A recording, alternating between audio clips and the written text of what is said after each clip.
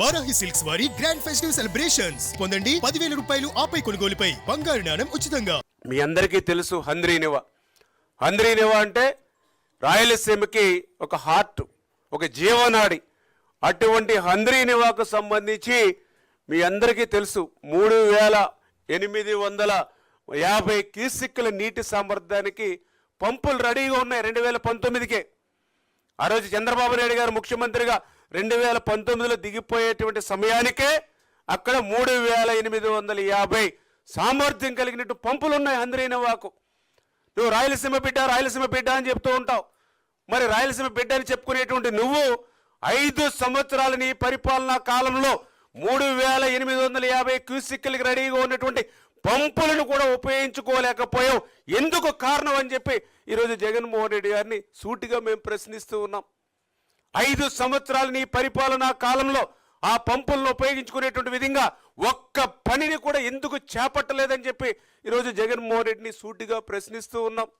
5 సంవత్సరాల నీ పరిపాలనా కాలంలో హంద్రీనివాకు సంబంధించి ఒక తట్ట మట్టి కానీ, ఒక అరబస్తా సిమెంట్ కానీ, ఒక్క రూపాయి కూడా ఎందుకు ఖర్చు పెట్టలేదని ప్రశ్నిస్తూ ఉన్నాం. ఖర్చు పెట్టకపోయావు. కనీసం నీ 5 సంవత్సరాల్లో హంద్రీనివాకు ఉపయోగించుకునేటువంటి కరెంటు మోటార్ల బిల్లులు కూడా ఎగ్గొట్టి ఎందుకు పోయావని అడుగుతూ ఉన్నాం. ఇదా రాయలసీమ బిడ్డ చేసేటువంటి ద్రోహం, దగ ఈవేళ రాయలసీమకు అని చెప్పి ఈరోజు ప్రజలు ప్రశ్నిస్తున్నటువంటి పరిస్థితి ఈవేళ జగన్మోహన్ రెడ్డి అని చెప్పి తెలియజేసుకుంటూ ఉన్నా. మరి ఈరోజు కూటమి ప్రభుత్వం అధికారంలోకి వచ్చింది.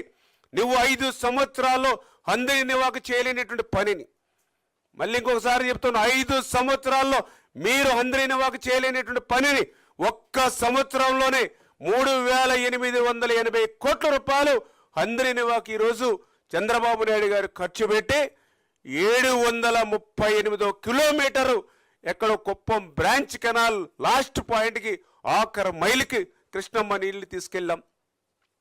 మడకసిర బ్రాంచ్ అత్యంత వెనకబడినటువంటిది, ఎక్కడో కర్ణాటక సరిహద్దు అయినటువంటి మడకసిర బ్రాంచ్ ఆఖరి 490 కిలోమీటర్ వరకు కూడా కృష్ణమ్మ నీళ్లను తీసుకెళ్ళినటువంటి పరిస్థితి. వందలాది వేలాది మంచినీటి చెరువులు ఈరోజు హంద్రీనివా పరివాహక ప్రాంతం అంటే ఏదైతే ఉమ్మడి కర్నూలు జిల్లా, ఉమ్మడి అనంతపురం జిల్లా, ఉమ్మడి చిత్తూరు జిల్లా, ఇవి రాయలసీమ జిల్లాలు కాదా అని చెప్పి ఈరోజు జగన్మోహన్ రెడ్డిని ప్రశ్నిస్తూ ఉన్నాం. మరి ఈ రకంగా ఆ హంద్రీనివాతో మరి ఈవేళ అక్కడ జలకలతో మరి ఉట్టిపడుతూ రైతులు ఎంతో సంతోషం, ఆనందం వ్యక్తం చేస్తున్నటువంటి పరిస్థితి. దానికి ఉదాహరణ ఒక్కసారి మీరు టేబుల్ కూడా చూడొచ్చు. ఆ రోజు 1924 మరి ఆ రోజు జగన్మోహన్ రెడ్డి హయాంలో 5 సంవత్సరాల హంద్రీనివాకు ఎంత అంటే వీళ్ళు 514 కోట్ల రూపాయలు. 5 సంవత్సరాలు నీకు అవకాశం ఇస్తే 514.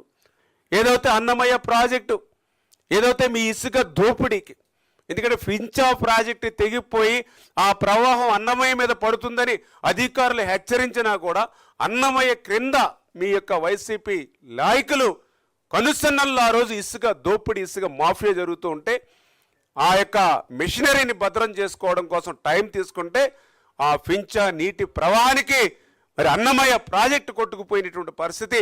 ఊళ్ళు ఖాళీ అయిపోతే 39 మంది ఆ యొక్క అన్నమయ్య ప్రాజెక్టు కొట్టుకుపోయి చనిపోతే నువ్వు కనీసం ముఖ్యమంత్రిగా ఉన్నావు, అధికారంలో ఉన్నావు, వెళ్ళి పలకరించినటువంటి పాపాన ఉందా అని అడుగుతూ ఉన్నాం. ఒక ప్రాజెక్టే కొట్టుకుపోయి 39 మంది చనిపోతే కనీసం ఆ రాయలసీమ బిడ్డల్ని పలకరించి ధైర్యం చెప్పేటువంటి పరిస్థితి కూడా లేనిటువంటి మీరు ఈరోజు రాయలసీమ గురించి ఏ ముఖం పెట్టుకుని మాట్లాడతారని చెప్పి ఈరోజు జగన్మోహన్ రెడ్డిని అడుగుతూ ఉన్నాం.